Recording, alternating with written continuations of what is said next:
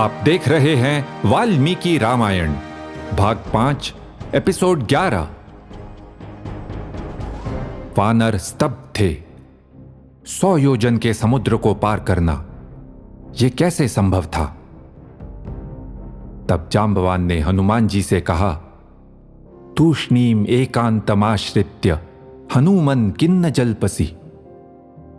तुम ऐसे अकेले चुप क्यों बैठे हो? कुछ कहते क्यों नहीं? जांबवान को पता था कि हनुमान जी ये काम कर सकते थे, इसलिए उन्हें प्रेरित करने के लिए वे बोले, हनुमान, तुम तो समस्त शास्त्रों के ज्ञाता हो। तुम जैसा बलवान, बुद्धिमान और साहसी कोई नहीं। क्या तुम ये भूल गए हो? तुम केसरी के पुत्र हो। तुम्हारा शौर्य देखकर शत्रु कांपते हैं। तुम वायुदेव के पुत्र हो। तुम्हारी गति उन्हीं के जैसी है। त्वं हि वायुसुतो वत्स प्लवने चापि तत्समः। इसका क्या मतलब? हनुमान जी के पिता केसरी थे या वायुदेव? केसरी हनुमान जी के पिता थे और अंजनी उनकी मां, मगर उन्हें वायुपुत्र कहने का अर्थ है कि उनमें वायु के समान ही गुण थे। इसी तरह वाली और सुग्रीव भी वानरों के राजा ऋक्षर्जा के पुत्र थे, लेकिन वाल्मीकि जी उन्हें भी कहते हैं सूर्यपुत्रम च सुग्रीवम शक्रपुत्रम च वालिनम। सुग्रीव सूर्य के पुत्र थे और वाली इंद्र के। ये तो प्रतीकात्मक वर्णन ही है। जांबवान आगे कहते हैं, वायुदेव ने तुम्हारी मां से कहा था, तुम्हारा एक पुत्र होगा जो महाबलशाली, साहसी और बुद्धिमान होगा। उसकी गति मेरे जैसी ही होगी।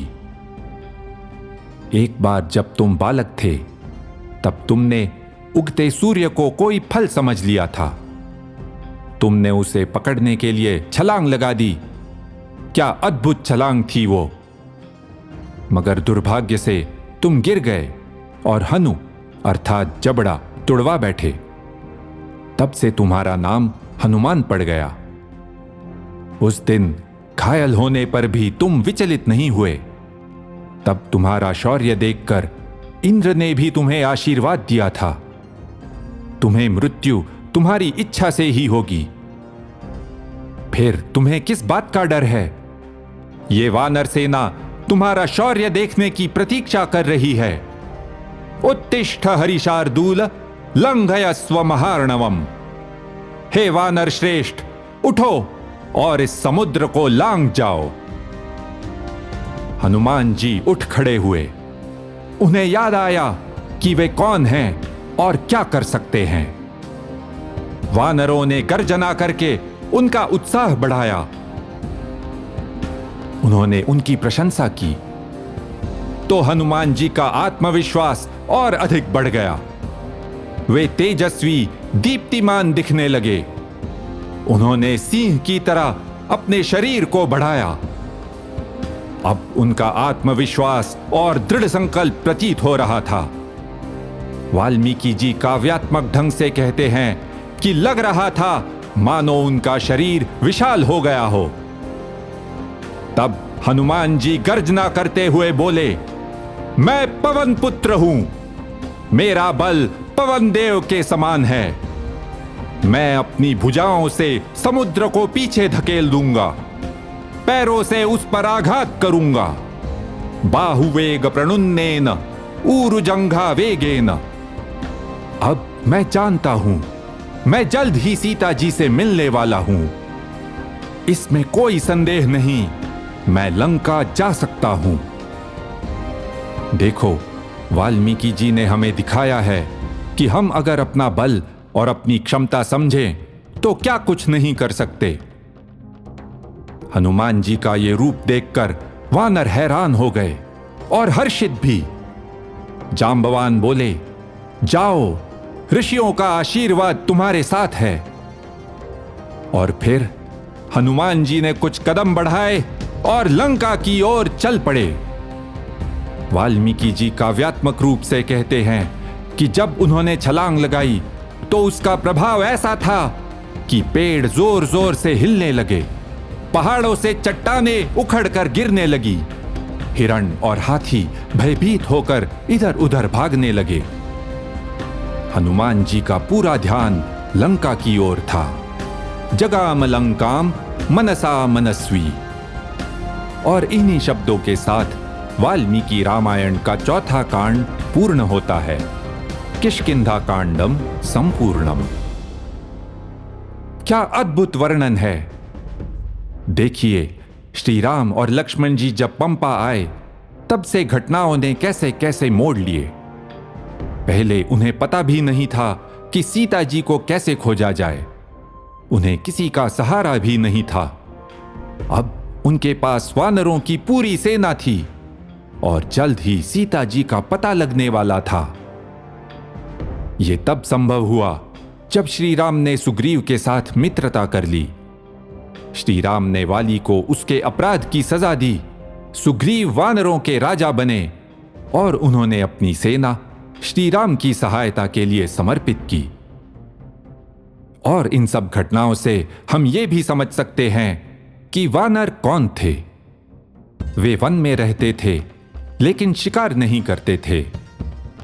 वे खेती बाड़ी नहीं करते थे, इसलिए उनके गांव नहीं थे। लेकिन फिर भी उनकी राजधानी किष्किंधा एक महापुरी थी। उनके पास अस्त्र शस्त्र नहीं थे, मगर वे ज्ञान की दृष्टि से पिछड़े नहीं थे। उनकी भौगोलिक जानकारी ही देखिए। उनका रहन सहन सीधा था, मौज भी करते थे, लेकिन आवश्यकता पड़ने पर संगठन कौशल भी दिखाते थे।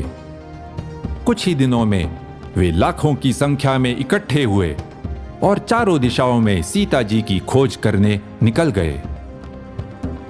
और सबसे महत्वपूर्ण बात, उनकी वेशभूषा नगर और जनपद के लोगों से भिन्न अवश्य थी, लेकिन उनकी सांस्कृतिक जड़ें भिन्न नहीं थी। तो ये थे वानर, और इनमें सर्वश्रेष्ठ थे हनुमान जी, जो अभी अभी महान समुद्र को पार करने के लिए चल दिए हैं।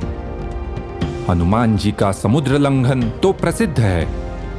मंदिरों की दीवारों पर, भित्ति चित्रों पर उन्हें उड़ते हुए दिखाया जाता है। मगर क्या सच में ऐसा हुआ था? इस वर्णन में वाल्मीकि जी ने बड़ी सुंदरता से प्लवन शब्द का प्रयोग किया है। अंगद ने सभी से उनकी प्लवन शक्ति के बारे में पूछा था। प्लवन का एक अर्थ है छलांग मारना। वानरों को प्लवंग भी कहते हैं, अर्थात ऊंची छलांग मारने वाले। लेकिन प्लवन का अर्थ तैरना भी होता है। आपको याद होगा, लक्ष्मण जी ने यमुना नदी पार करने के लिए लकड़ी का जो बेड़ा बनाया था, उसे प्लव कहा गया था। तो हनुमान जी लंका गए कैसे? उड़कर, छलांग मार के या तैर के? इस बारे में हम पढ़ेंगे रामायण के अगले कांड में, सुंदरकांड। रामायण है रामस्य अयनम, रामस्य चरितम, अर्थात श्री राम की यात्रा, श्री राम का चरित्र। अब तक इस अद्भुत यात्रा में हम श्री राम के साथ ही चले हैं, मगर सुंदरकांड में वाल्मीकि जी हमें श्री राम के बिना ही लंका ले जाते हैं, हनुमान जी के साथ। और सुंदरकांड की लोकप्रियता का तो क्या कहना। इसमें हम हनुमान जी के साथ देखेंगे सोने की लंका, फिर उनका सामना होगा रावण से। ये सब और बहुत कुछ हम देखेंगे रामायण के छठे भाग में। इति ह आस, ऐसा ही हुआ था।